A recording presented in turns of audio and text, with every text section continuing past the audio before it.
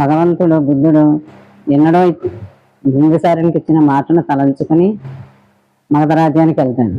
ఒక ఉద్యానవనంలో విడిది చేశాడు. ఆ వనమాలి అనేక మంది చెప్పిన మాట రాజు చెవిన పడింది. సుగతుడు, బుద్ధుడు, శ్రవణ గౌతముడు విడిది చేసి ఉన్నాడని విని ఎంతో ఆనందించి ఎప్పటి నుంచో నేను దర్శించాలనుకుంటున్నాను ఆనందంతో అందరినీ లక్షలాది జనం చూడరాగా బుద్ధుని దర్శనానికి బిందుసారుడు బయలుదేరతాడు.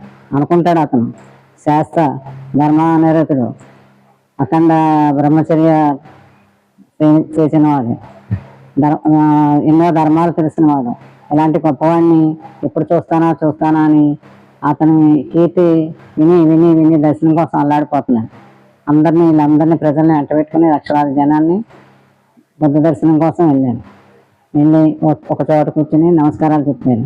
ప్రజలు కూడా అందరూ తమకు చూసిన ఇదిగా కుశలాలు అడిగారు, బాగున్నారా అని అడిగారు, నమస్కారాలు అందించారు. అనేక విధాలుగా బుద్ధుని చుట్టూ పరివేష్టించి కూర్చున్న వారికి బుద్ధుడు అందరికీ ధర్మోపదేశం, కథలు, అనుకూల కథలు, అనేక మంచి మంచి మాటలు చెప్పేవాడికి అక్కడ కూర్చున్న వారందరికీ సముదాయ ధర్మం, నిరోధ ధర్మం అనేది ధర్మశిక్ష ఉదయించింది. అందరికీ జ్ఞానం కలిగిందనమాట. వారందరిలో ఎంతో ఉత్తేజం కలిగి నాకు చాలామంది ఉపాసకులుగా తయారయ్యారు. వెంటనే ధర్మదీక్ష, ఉపదీక్ష ఇమ్మని అడిగారు.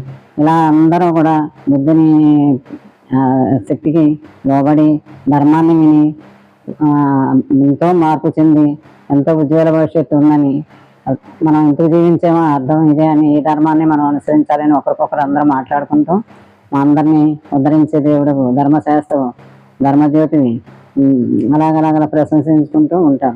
బిందుసారుడు ఏం చెప్తాడు బుద్ధునితో, ఇలాగా మా రాజ్యంలో మా దగ్గరగా వచ్చి మా వనంలో మీరు ఇక్కడ ఉన్నారు కాబట్టి నేను మీకు విహారానికి ఒక వనం కట్టిస్తాను, భోజనానికి రండి, మీకు సకల మర్యాదలు నేను జరిపిస్తానని ఇలా మాట్లాడసాగాడు.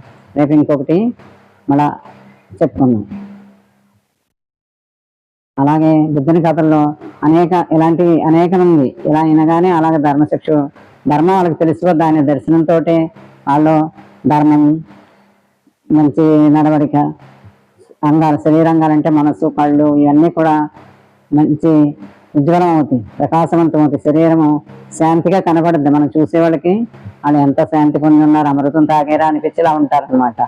అదే బుద్ధ దర్శనంతో మనకి ఇప్పటికీ మనం బుద్ధాలయాలకు కానీ బుద్ధ విగ్రహాన్ని చూసినప్పుడు కానీ క్షణకాలం మనకే